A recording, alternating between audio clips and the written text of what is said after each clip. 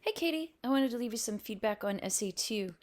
I think there is some good writing in this essay. I particularly like how you are using the authors and the text to give you a way to kind of view your your own experiences along with defending your definition.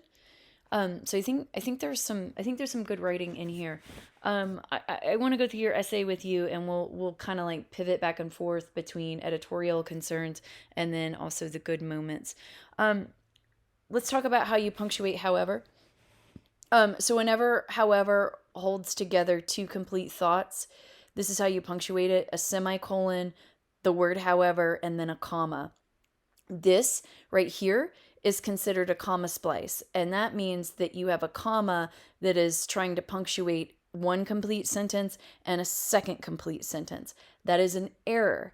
And in fact, you have quite a few comma splices in this paper. So I want you to give this essay a read for comma splices. Here's another example. So you have a complete thought here and a complete thought here.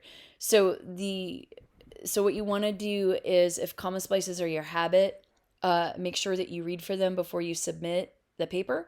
Um, and just for the time being, if you can't tell, find the comma and then look to the left side of the comma and the right side of the comma.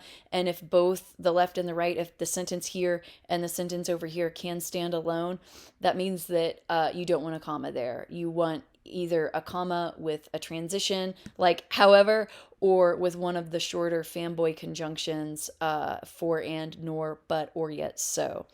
However is very specific though, and like I said before, this is the way that you punctuate it when it holds together two sentences: semicolon before it and comma after it.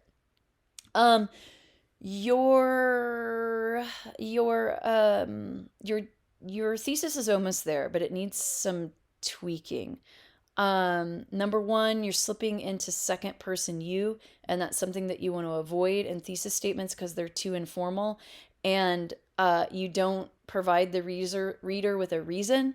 So this is too broad of a thesis statement. So this needs some tweaking. It needs another round of revision for informality and also uh, vague vague language.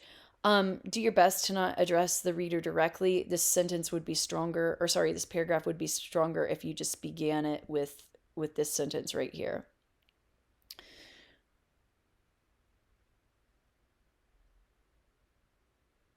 I think that you're close to being pretty fair to Gatto here. Um, I think you've got some gaps to fill in. So why was it made to be boring in Gatto's opinion? And therefore, what does he recommend, right? So make sure he is indeed against schooling. And you're right, he does think that it was designed to be boring for a very specific reason. And because of that, meaning like we can't really escape school, what recommendation does he provide? I think that those are the missing parts to the summary right here. I would recommend, so in this section,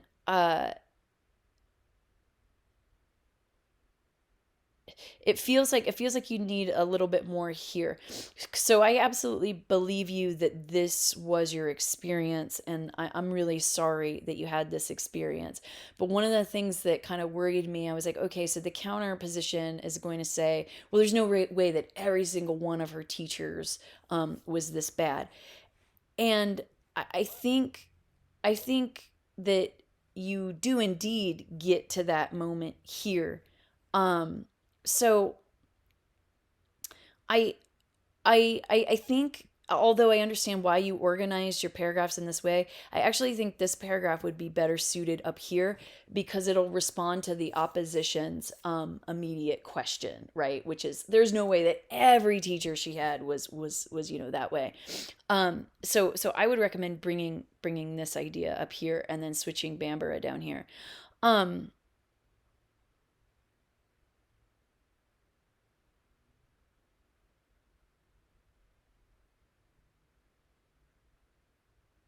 So, since hands-on learning is part of your definition, I really think that you need to get into this in more depth.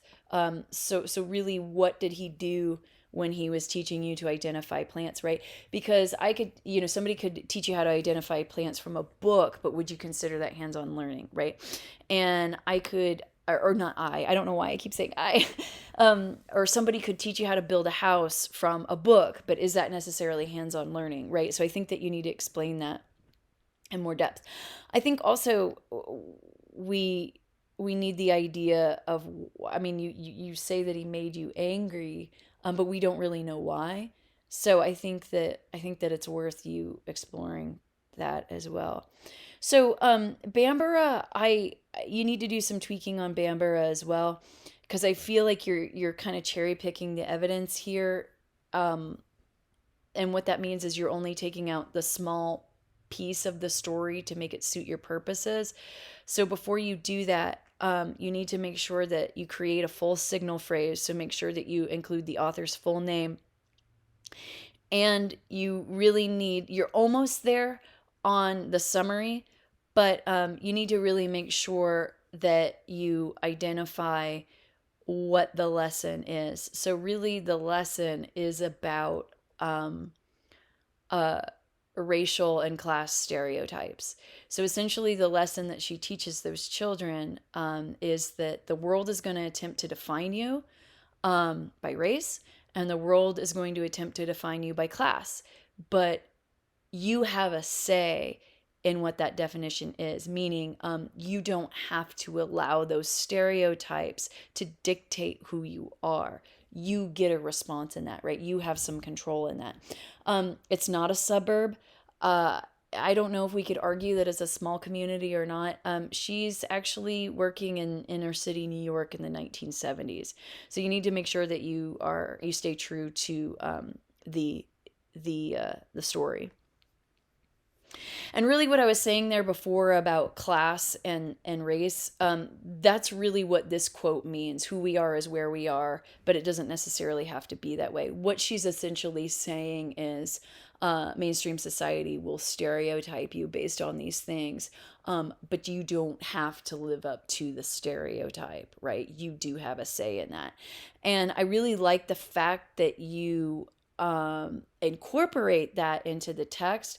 But I think that you need to, again, you need to respond to the way that Miss Moore is using it, and maybe if you're not using it in that specific way, say how the general lesson can be applicable in other situations, so that you're remaining true to what the story says. As I said before, so I think that if you made those adjustments, editing for comma splices, doing some tweaking on your thesis, and doing some work on explaining some of those underdeveloped ideas, I think that this will be a pretty successful essay. Okay, let me know if you have any questions. Thanks.